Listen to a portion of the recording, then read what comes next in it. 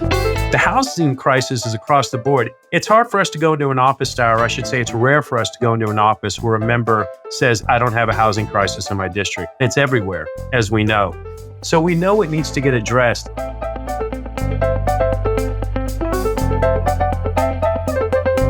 Welcome to BuzzHouse, a Baker Tilly podcast where you can hear all the buzz around multifamily housing, with all the info you need to help you win now and anticipate tomorrow. Hi, I'm Don Bernards, the partner in charge of Baker Tilly's multifamily housing practice. And I'm Garrick Gibson, a partner at Baker Tilly, also specializing in consulting on multifamily housing transactions across the country. Let's get started. Today, our guest in the BuzzHouse is our good friend of the industry, and well-known industry advocate, David Gasson, who is representing the Housing Advisory Group. David, thanks so much for joining us again today. It is a pleasure to be with you guys, as always.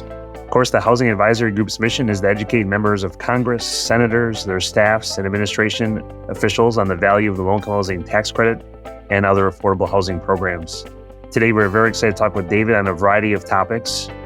What is going on in D.C. surrounding the Affordable Housing Credit Improvement Act, which of course has been around for a few years, new Biden-Harris administration housing supply action plan, HUD budget items, discussion around insurance, which I know is on the top of many of your minds.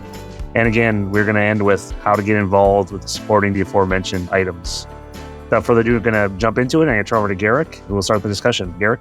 Thanks, Don, for that intro, and thanks, David, for being back on the BuzzHouse. Before we jump in with some questions, why don't you give our listeners some insight into your background and work with the Housing Advisory Group? Great. I'm happy to. For those in the industry or anybody else listening who are not tired of seeing or listening to me as I travel the country, preaching the gospel of affordable housing. So my career started in Washington way back in 1985. I worked on Capitol Hill for 10 years. I initially worked for the House Democratic leader, Dick Gephardt of Missouri, and then was fortunate to then get to work for the Senate Majority Leader, George Mitchell from Maine. So it was an amazing time. It was a very different time in Washington. Everything back then was different. Washington has never been perfect, and it has never been as bad as it was. But the level of bipartisanship and the mission that most members of the House and the Senate, no matter what their affiliation was to work on behalf of their constituents and get stuff done, more so than to blame people for what was happening or not getting done. So I am very appreciative that I got to work in Washington when I did. Following my tenure in D.C., I worked for 25 years at Boston Capital, a former syndication firm in the business. And as soon as I started at BC, started running and then putting together the Housing Advisory Group. So we've been around for quite some time, since 1993, to be specific, founded by Herb Collins, one of the founders of the low-income housing tax credit, and just have gotten to know and learn so much more about housing than I ever thought I would, and become a passionate advocate of it. The Housing Advisory Group has about 150 or so members from around the country. We are largely, and we're founded this way, as a developer-based advocacy group. So you have a number of industry groups within the industry that focus on different parts of the industry. We were founded to complement other groups in the industry and give a developer's perspective, because what the founders were seeing, both of this, the Affordable Housing Tax Credit Coalition, and some of the other groups, is that senators and congressmen related differently to different people. So some of them wanted to hear from experts, practitioners, accountants, attorneys, investors. Some of them thought they were the boogeymen, and they want to hear from the folks who live in their district and are working on their issues, and those were the developers. And that was the basis for founding the Housing Advisory Group, to give and advocate for the developer's perspective. So we've been around for quite some time now. We love what we do. We are passionate about advocacy and love anybody else who's interested to come on board and join us in this. It's not a fight, it's a quest, it's a mission. Love it. Thank you for that, David. David, kind of jumping right into questions. I know this has been around a couple of years. The last time you were with us on the BuzzHouse, we discussed the Affordable Housing Credit Improvement Act. Not passed yet, and maybe we'll have a follow-up question on timing, maybe gaining some traction. Can you again maybe remind our listeners some key components in that draft legislation? Sure. We are very psyched and happy with how the AHCIA is doing in the context of support in DC. The provisions done, a lot of the key, they change over time because we've been successful. As I like to tell folks when I speak, the nice thing about working on behalf of low-income housing tax credit and being in this industry is that in DC, we win. I mean, over the course of the program, since it was founded in 86 and then put into action in 87, we've consistently expanded the program, gotten regulatory relief for the program, worked on building more housing, but we're able to do that because as we educate lawmakers and their staffs, they see the potential and the benefits of the program. So LIHTC wins. I know it's hard to see or feel sometimes, but we do. So this latest version that we're working on now, the main focus is obviously on the 9% side, regaining the allocation which we lost when that expired a year ago. So getting back the 12.5% in allocation that we got back in 2018, and then expanding on that, getting an increase, a bump in the 9% allocation. The second most important thing is on the bond side, the bond program, and that's a reduction of the 50% test.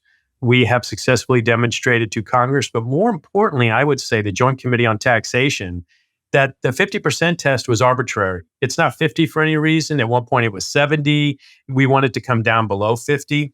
But we have a lot of support for that now, and they see the potential that would bring to the marketplace if we could reduce that in more bond capacity. So we feel confident about that. Now, we'll talk about what might get done, but when that gets done, it might not go down to 25, it might go down to 30, it might go to 35, but any reduction in the 50% test would be significant. And then we have a number of basis boosts that we feel very strongly about. Obviously, the basis boost for bond deals, which currently does not exist. Basis boost for rural areas. We are particularly keen on that because the chairman of the Ways and Means Committee, Jason Smith, is from one of the most rural districts in the country in Missouri. And this definitely resonates with him. He likes affordable housing. He loves LIHTC.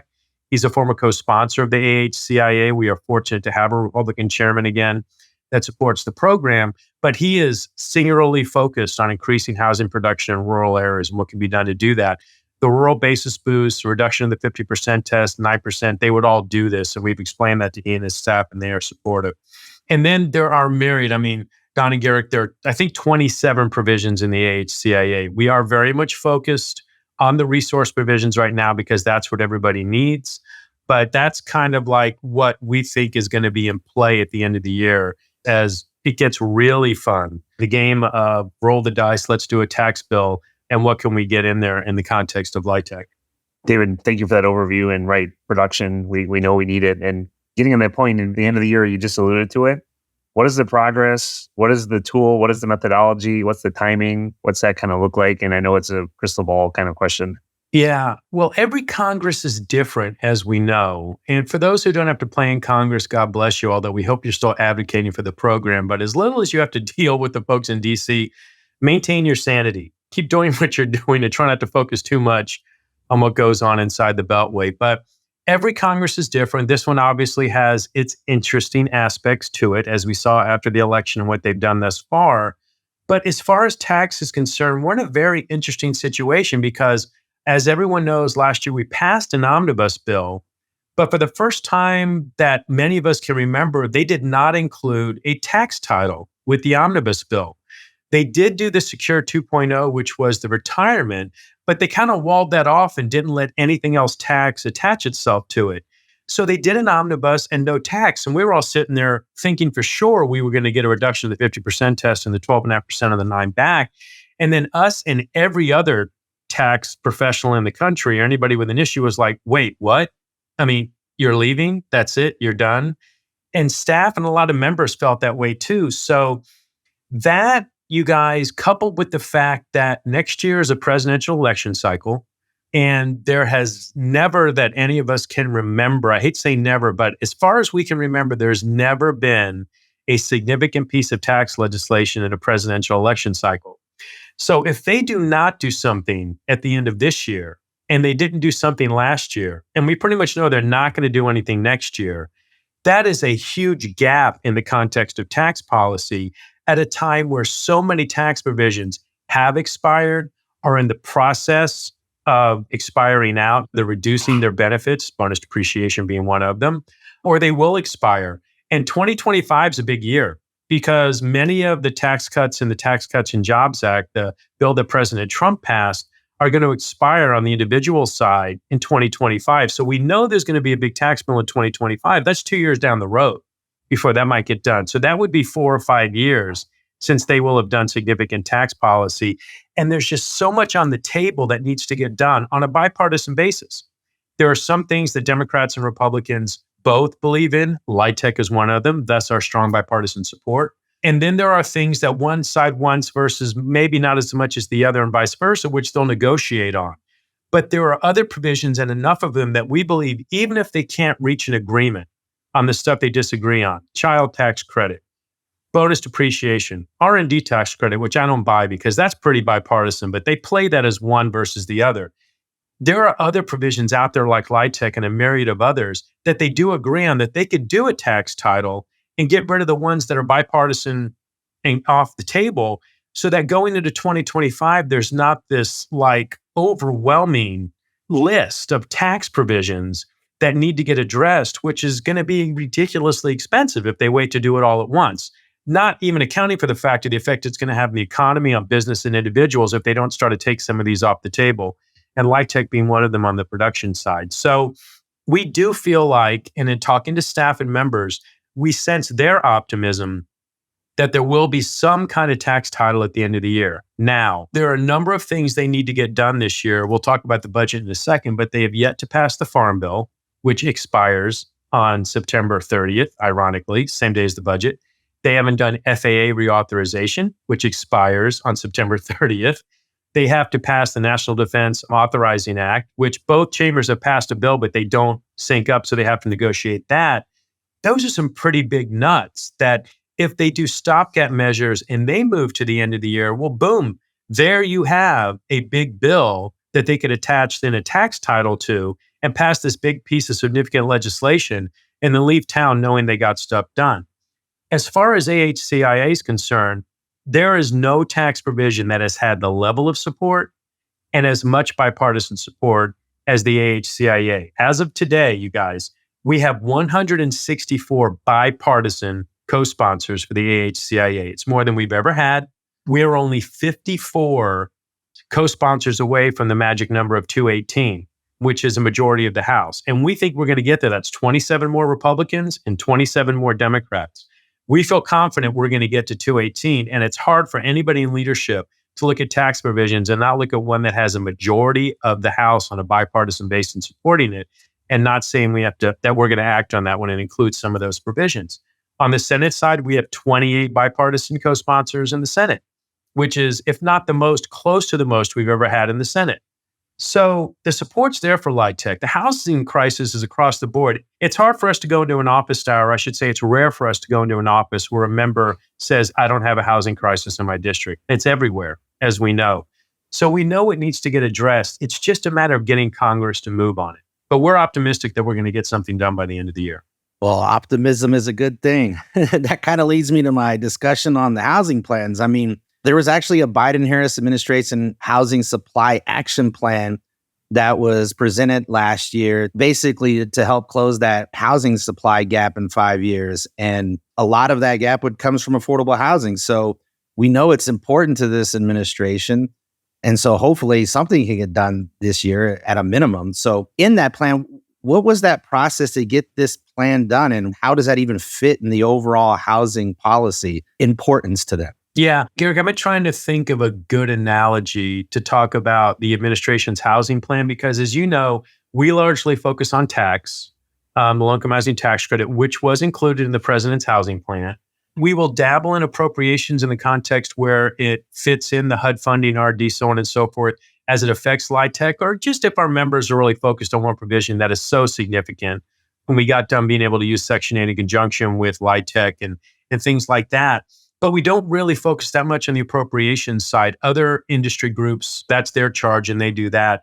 The administration was a soup to nuts housing plan. They covered everything. They touched on appropriations, tax, zoning, infrastructure for housing, energy issues in the context of housing. They were like everything. And I will say this, and I mean it sincerely, and as I should have said earlier when we got started, but I'll go ahead and put the disclaimer out there now. Housing Advisory Group and all the allies we work with, we are nonpartisan. We're not bipartisan, we're nonpartisan. We don't care what party you represent, no party, any party. If you support housing, we're going to work with you to try to get stuff done. This administration has been one of the most open and energetic and enthusiastic in the context of working on housing policy that I know I've experienced in the 30 years that I've been in the business doing this. There have been past administrations that have been very helpful, but none that have focused on it to the degree that the Biden administration has, including putting people in place in this administration who are housers. And at every step of the process, whether it's in the National Economic Council, the Council of Economic Advisors, the Domestic Policy Council, OMB, we've already gotten tons of things done thanks to the housers at OMB.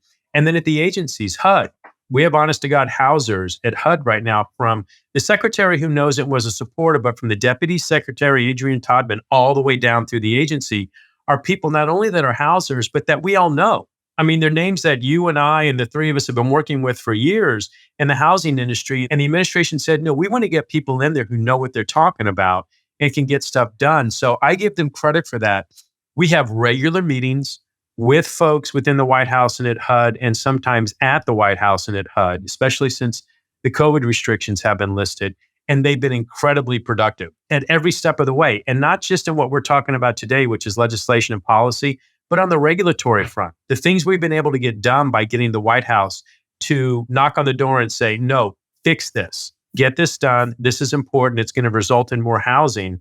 They've not been shy about doing that. So I can't speak enough about how well the administration's been a partner on the housing front. So this housing plan was great. They tried to do a lot of things. It was very obviously, just like the president's budget, aspirational. You know it's not all going to get done, but we got them to focus on some issues, specifically on the regulatory front, kind of give like a little nudge to their agencies to say, hey, this is important to the president, so we're serious about working on these things. And those have been successful. All things that are aspirational on the appropriation side, if only we could find the pot of gold or hit the world lottery and whatever. Yeah, we'd love to pour a ton of money into housing issues and housing programs and solve those problems, but that's just not going to happen. And it's not realistic. So we appreciate that. But more importantly than the plan itself was the enthusiasm they brought to the table and their commitment to work with us, as they have over the past 3 years, to solve some of the problems that are within the administration's ability to solve. They know that Congress has its role and they can't step on that, and they don't have the authority to do that. But there's so much that the administration could and can do, and they've been very proactive in focusing on those issues and working with the industry to get some of those things done. And we are very appreciative of that. Very good. Thanks for those insights, David. It is incredible to see housing at the tips of the administration, many other politicians, both local and federal. David, you just briefly touched on appropriations, and maybe we'll talk just briefly about HUD. Back in, I think, July, both the House and the Senate had some preliminary transportation, housing, and urban development spending bills. The House was about $68 billion. The Senate, I think, was a little over $90 billion. Really haven't seen much of that since July. We talked about September 30th. Where are things? What are you hearing? What are you seeing? Well, let's be very clear about the numbers first, Don. You were right. The House came in at 68.2. The Senate net number was 70 billion. Perfect. They weren't that far apart. They were $1.8 billion apart, which, if you're thinking about vouchers and things, is a lot of money.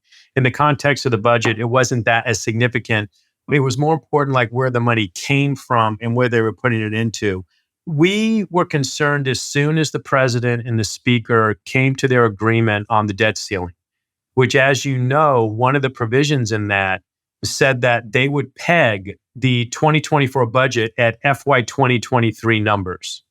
And that was concerning to all of us, but it got the debt ceiling done, which was very significant for the country. You had to get the debt ceiling raised. So they went into the appropriations process knowing that they were basically level funding, which, as we all know, level funding in almost all agencies, but especially HUD, is a cut because the cost of rent goes up, the cost of utilities goes up, the cost of maintenance goes up. So the vouchers don't carry as much weight when they're being level funded as opposed to the year before, FY 2023 coming from 22, where we got a significant bump up in the vouchers. And that made a big difference in being able to put more vouchers out there and award them to more people. So it was a slight increase over FY 2023, but in the end, it's almost flat. It's almost level funding in the context.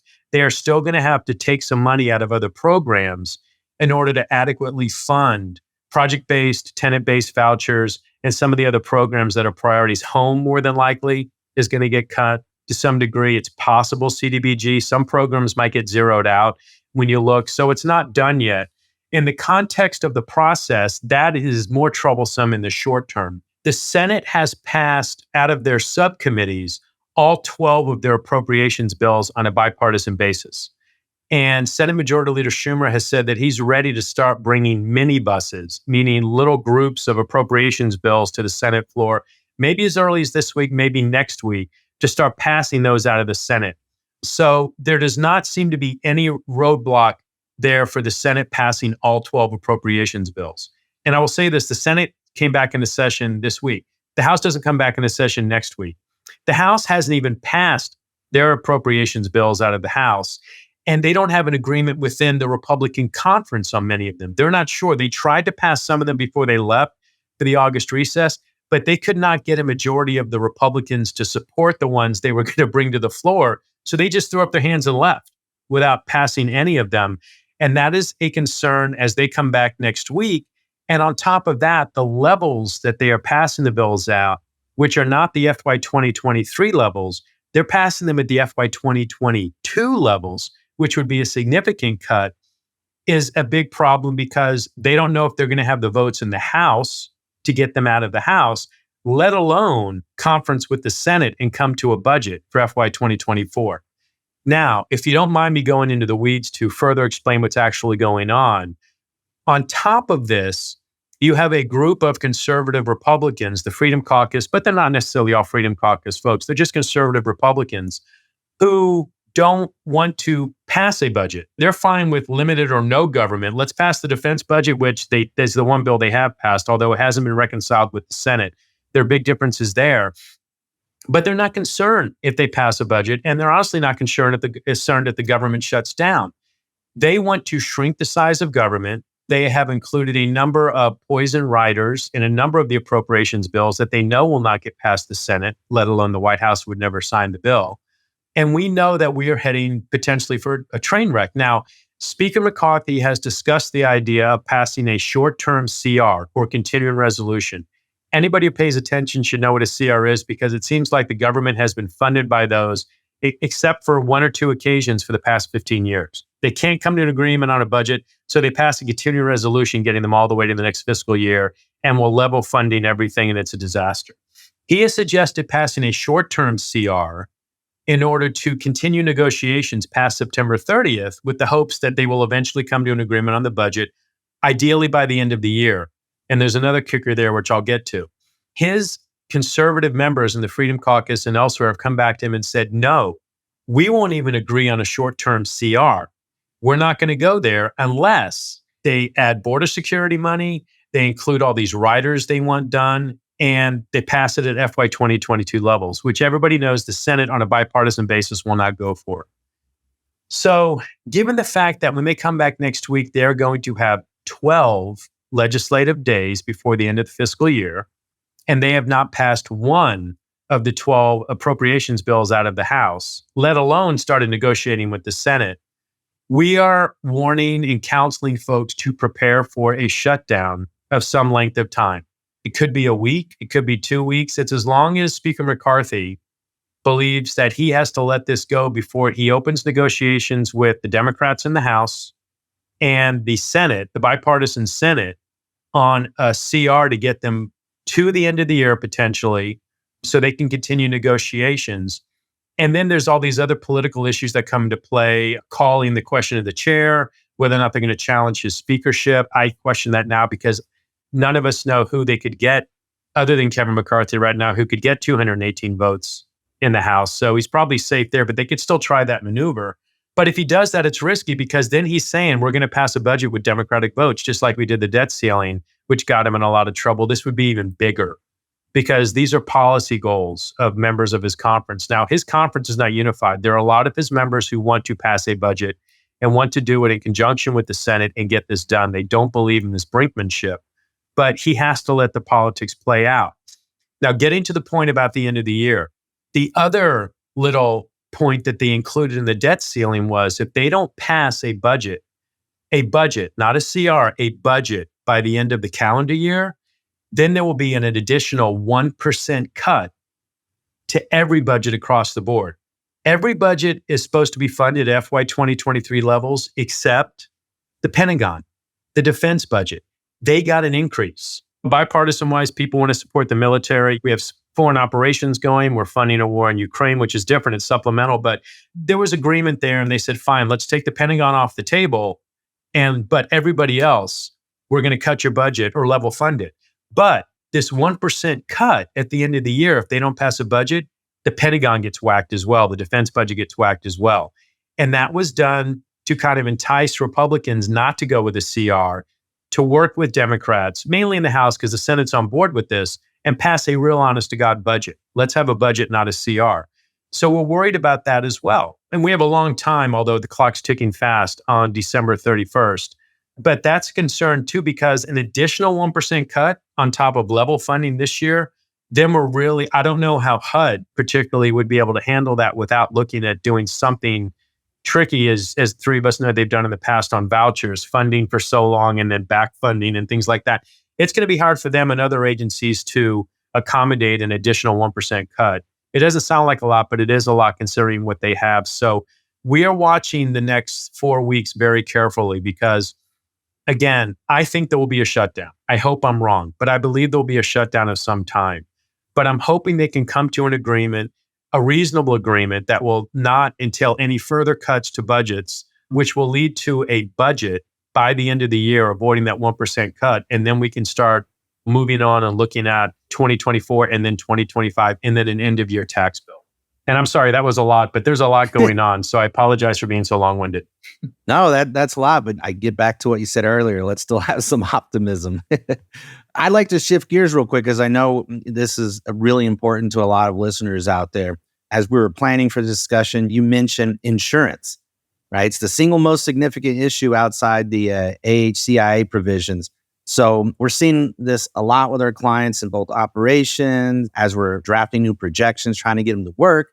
And everybody's really struggling to get coverage. Can you let us know what the industry is actually doing around this insurance discussion? Sure, Garrick, absolutely. And insurance is fascinating because the Housing Advisory Group, we started focusing on this back in 2020. And back then, it was largely a liability issue. It was the beginning of COVID, so we hadn't really hit a lot of the supply chain issues driving up the cost of materials, construction costs going through the roof, labor issues because of COVID, construction delays, all the things we do to change place and service deadlines. This was before all this really started to hit. And back then, it was a liability issue because we were seeing absolute cases of redlining going on for affordable housing developments based on who they house, not any particular events taking place, or an event could take place 30 miles away and they would raise the rates on a development 30 miles in the opposite direction simply because they both house the same types of tenants or the same income levels. And that was a big problem. So this started off as a liability issue.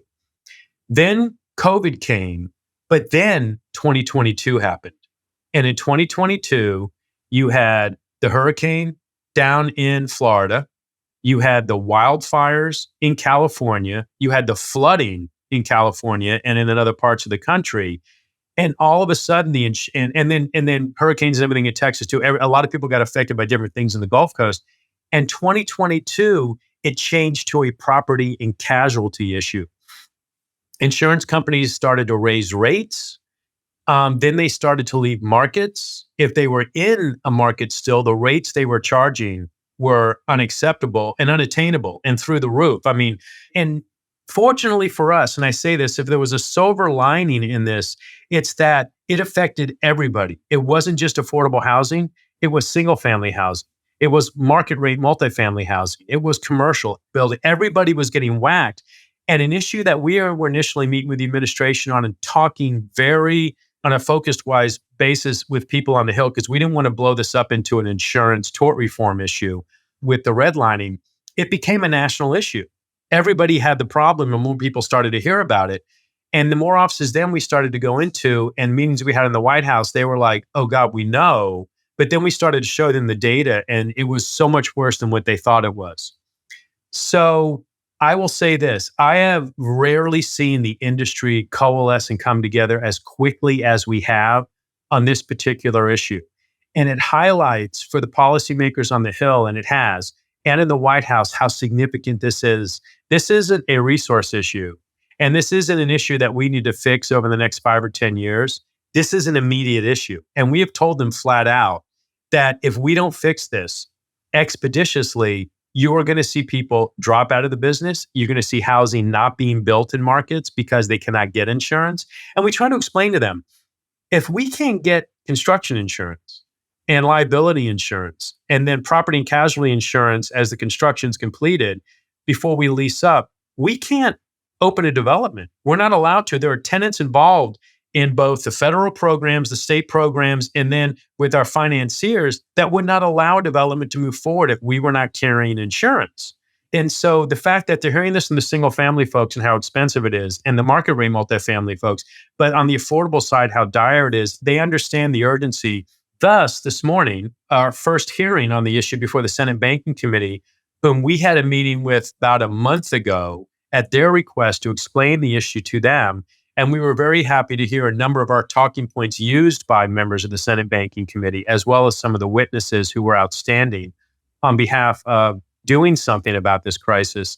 It's out in the public eye now. It's hard to read a newspaper in any municipality or region of the country that isn't talking about insurance. All the major publications, periodicals, magazines have had articles about it, which we can share with everybody. They're out there. And it is a dire case. So the industry has coalesced and come together in a number of working groups, but in a single large working group, which is being headed up by the National Multi-Housing Council. Housing Advisory Group's a member. All of our other colleagues on that group are members. National East Housing has taken an active role in this, and they have surveys in the field, getting information from developers and owners on what's going on at street level. So we have the data as an NMHC. And the goal is to get together with the insurance industry to come up with an answer, a solution to what will bring them back into markets and offer insurance at reasonable rates, at premiums that everybody, but for us, affordable housing developments can afford. And also at the same time, let's solve this liability issue of you guys targeting affordable housing because of who our tenant base is, unrightly so in most cases. We'll fix that as well. So we don't know when the fix is going to happen, but the fact that the hearing took place this morning and it was as productive as we believe it was, there will be more of those. There'll be more conversations. And as we collect the data from these surveys that are out there, we look forward to working with folks in the insurance industry and elsewhere to try to come up with a solution or solutions we can then take to Congress and the administration to say, no, we don't think that the government should be involved in the insurance market. But in the context of shoring up and giving confidence to the insurance market so that they will continue to provide the product which we all need and at affordable and reasonable rates, yes, we are very much in favor of the government doing that. We think that there can be a productive role without the federal government being too intrusive, and we think it's going to be necessary. Very good. No, thank you for that update. No, we'll stay on top of that, and obviously super important. David, while we have you here, just a couple of other quick items, if you'd be able to touch on a couple items that have been out there for a while, CRA regulations, as well as GSE tax status. Quick updates maybe on those? Yeah. So CRA real quick, because there's not a lot to add, but we do believe now that we will be seeing the new CRA regs out sometime in October. We have gotten that word. Can't say from where, but we have gotten the word that it will be sometime in October. The closer it gets, the more nervous and giddy we are going to be because we're very concerned about whether or not they listened to everybody and read their comments on how awful it would be for them to get rid of the investment test and the effect it would have on the affordable housing market, specifically investment in LIHTC. So we are hopeful based on that and conversations we have individually had with the regulators over the past 6 months. I know I've had a number of those with the head of a couple of the federal agencies. They say they understand what we're saying. We're going to find out. So we're expecting those in October sometime. Stay tuned. On the GSE's tax status, which is so irritating, I have to be honest with you, we thought this was taken care of a long time ago when this question was raised in the early 2000s, but then again in 2008 on the financial collapse. But the question as to whether or not Fannie and Freddie are taxable or tax-exempt entities is out there again. And it is adversely affecting investment in affordable housing and the development of affordable housing, specifically in rural areas, because they have had to pull out of all, if not most, of the multi-investor funds in which they invest, and they will not meet their duty to serve goals, which is largely in rural and hard to develop areas. So We have been working with the White House, nudging them to try to get Treasury and the service to once and for all come out with the IRS to come out and say, no, Fannie and Freddie are taxable entities. They always have been, and they continue to be today. A bipartisan letter headed up by Senator Warner, Virginia, went to Secretary Yellen 6 weeks ago, 2 months ago. We are not sure if they've gotten a response to that, but we continue to nudge. There might be a letter coming out of the House on a bipartisan basis asking the same to nudge them, but we hope to get this resolved soon because at this time in the marketplace, with inflation and everything else going on, supply chain issues, which are largely relieved, but still cost of labor and everything else, we don't need one more thing out there hindering affordable housing production, especially in the areas that need it the most. So, Don, we hope to have that issue resolved soon. David, thanks for touching on that. And this is all great stuff. And given all of what we discussed so far, we feel success with much needed housing provisions coming from strong advocacy, obviously. What can our listeners do to support this legislation or any other items that we've discussed today? Well, Garrick, you touched on my favorite part of the gospel, which is the book of advocacy. Nothing we have accomplished since the founding of the program was done because of people like me walking in the door in Washington, D.C. It's all because members of the House and the Senate and administrations have heard from constituents at home and from constituents that both benefit from the housing, are building the housing, get services from the housing, or providing services in the housing. It's a constituent issue. And so I cannot say it enough. If you do one thing and one thing only, other than your job, it's make sure your local electeds, and that's from city council, county commissioner, mayor, your state senators and reps, all the way up to your congressperson and your 2 senators, let them know what you're doing in their state and their district. Because if you let them know and you get they and or their staff out to see it, we have almost a 100% success rate on getting members on board with LIHTC once they have been to a LIHTC development. So we need folks, if you're not doing it already, to get out there and advocate for the low-income housing tax credit, for the Affordable Housing Credit Improvement Act. It's not hard to do. All the resources are online. They are on the Housing Advisory Group website. They are on the rentalhousingaction.org website, which is the umbrella advocacy group. There's a great advocacy toolkit there, as well as on our website. And it's as easy as sending an email to the district director for your congressperson and saying, hey, we're developing this in your district for veterans, families, seniors, whoever it's for. Come take a look. We'd love to talk to you about it, and have the congressman or congresswoman crow about it. Give them credit for it. We don't care, just so we can continue to build it. So advocacy is the key. If we want to get more resources for affordable housing, if we want to fix the insurance problem, if we want to fix these regulatory issues that are holding us up from building more affordable housing or making it so cumbersome with paperwork, advocacy is the way to do it. It's the only way things get done. So please, pick up your stylus, type on your keyboard, pick up a phone if you still talk on the phone to people. I know most of us still do. And just say, thank you very much for what you do. Let us show us how we're benefiting your constituents. Come and see. We'll make sure you're happy. Very good. That's it for this episode of the BuzzHouse. David, thank you so much for coming on. Thank you for everything the Housing Advisory Group and yourself personally do for the industry. That covers it for today. And once again, I'm Don Bernards. And I'm Garrick Gibson. Don't forget to subscribe so you don't miss an episode. For additional resources around multifamily housing, check out bakertilly.com. If you have a suggestion for the show, email us at build@bakertilly.com. That's BUILD@bakertilly.com. See you next time on BuzzHouse.